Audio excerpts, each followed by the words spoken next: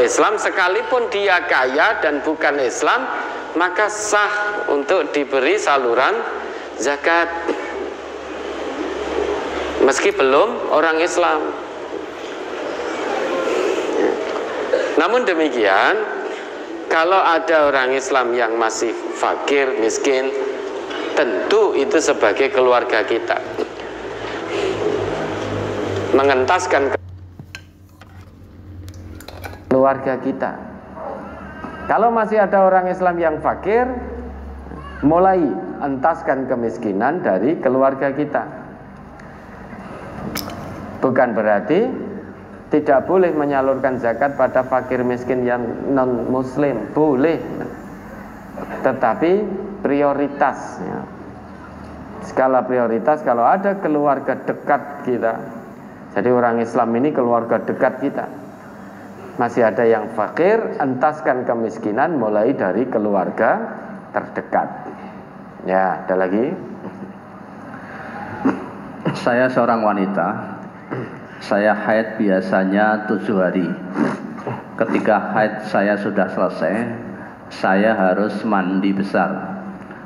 Akan tetapi yang menjadi kendala, saya posisinya saat itu saya sedang di tempat kerja yang tidak memungkinkan untuk saya mandi besar. Saya pulang kerja jam 7 malam. Artinya kalau saya mandi besar di rumah, berarti saya tidak sholat maghrib. Itu seringkali terjadi pada saya setiap bulan.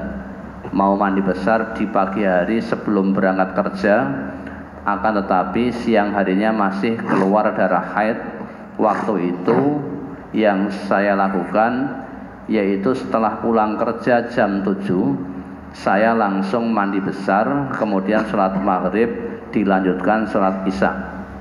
Mohon tausiahnya Ustadz agar apa yang saya lakukan sesuai tuntunan. Terima kasih. Kemudian dapat salam dari orang tua saya untuk Pak Ustadz Nur Khalid. Lah ini yang tanya lagi apa perempuan? Perempuan, Ustaz. Orang tuanya dua-duanya berarti. Nggih. Alaiki wa alaihimassalam warahmatullahi wabarakatuh. Salam saya buat beliau berdua. Nah ini di tempat kerjaan jenengan apa tidak ada kamar mandi toh? Apa tidak ada kamar mandi? Kenapa kok tidak memungkinkan? Sebetulnya tergantung kesungguhan kita. Kalau sudah biasa seperti itu 7 hari dan biasanya berhenti itu setelah siang, mungkin di sore hari, ya toh?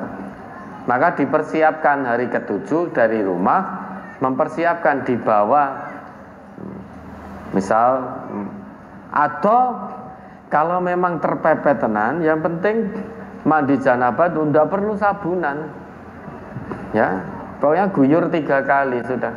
Nah mungkin yang perlu dipersiapkan bawa anduk untuk mengeringkan, kan begitu. Kok koyo-koyone abot gitu loh. Padahal di tempat kerja itu tidak tahu kalau tempat kerja beliau memang tidak ada kamar mandi. Lah nek tidak ada kamar mandi, jenengan sepanjang hari ini misalkan ingin buang air kecil kemana? Apa dimpet dari pagi sampai sore? Ya. Kalau memang ada kamar mandi dan ada air di situ, maka usahakan semaksimalnya. Kalau sudah berhenti, sudah segera mandi. Mandinya tidak harus dengan keramas, tidak harus. Kalau jenengan rambutnya di kelabang, tidak harus melepas kelabang. Maka di sela-sela begini, usapkan di sela-sela. Ini rambut ini sampai kulit kepala. Sudah 3 kali, sesudah itu ratakan air ke seluruh tubuh. Sudah selesai. Sudah selesai, sudah suci. Makanya semaksimalnya dulu. Namun jika memang betul-betul tidak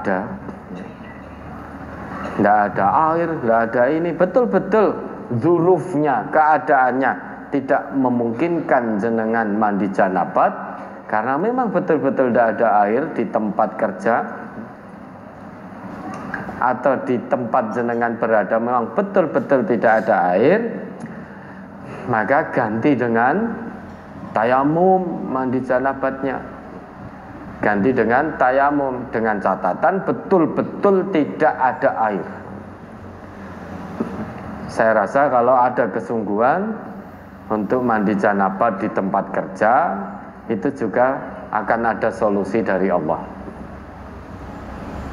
Mandi janabat itu tidak berat kok. Tidak berat mandi besar itu. Nabi memberikan contoh begitu ringannya untuk dilakukan. Kalau memungkinkan ada air, usahakan mandi besar. Kalau memang betul-betul tidak ada lagi, dengan tayamum. Agama kita ini penuh dengan solusi. Oke, pokoknya usahakan maksimal dulu ya.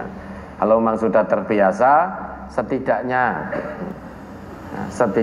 nanti di tempat kerja sudah berhenti ya sudah. Mandi janabat, yang diperlukan apa dibawa dari rumah, mungkin anduk itu. Karena tempat kerja mungkin air terbatas, tidak perlu keramas. Kalau keramas ini biasanya seorang perempuan itu butuh banyu, dan lama. Oke, ada lagi.